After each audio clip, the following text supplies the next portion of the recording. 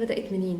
ايه قصتك مع الفاشن انا كنت موظفه اصلا؟ اه يعني اشتغلت كتير قوي. انا اصلا بشتغل من وانا في الجامعه. اوكي. اشتغلت حاجات كتير انت مش هتتخيلي. يعني اشتغلت مثلا سيلز اوت دور.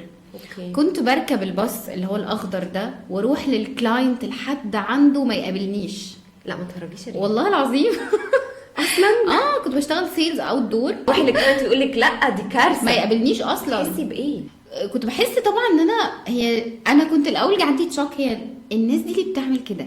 اوكي. وطبعا انا طبعا يعني برضو to be honest كنت بقابل ناس صحاب شركات كبيره قوي وتلاقيه يعني مش قادره اقول لك. كويس. وانا كنت صغيره. اه. يعني كنت لا مش قادره اقول لك وحش مش حلو. اصلا وتتعكسي وتتبهدلي وتتمرمطي. بس كل ده بنى شخصيتي الصراحه.